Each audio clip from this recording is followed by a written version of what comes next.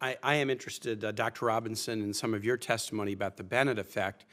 Senator Murray introduced a letter from a William and Mary professor. I'm from Virginia, so I can't resist quoting from it, because I think there's some similarity. I think he has some different conclusions than yours, but there are some similar points. Just a quote from the letter that she's introduced in the record.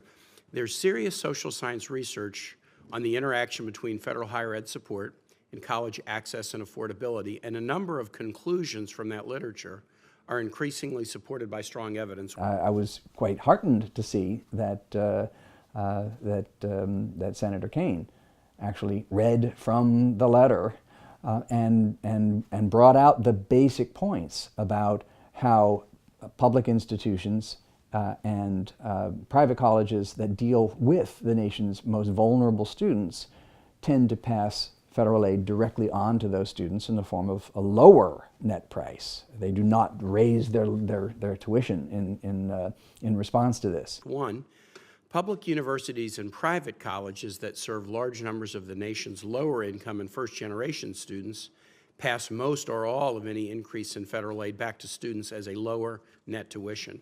Net tuition is the list price minus any government aid the student receives and any institutional discount the school offers. In other words, extra federal support creates more access. Two, highly selective private colleges do not pass all of an extra dollar of federal aid to students.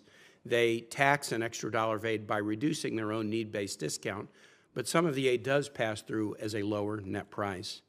And third, the best evidence of a causal link between federal ed and list price tuition comes from the nation's for-profit higher education institutions.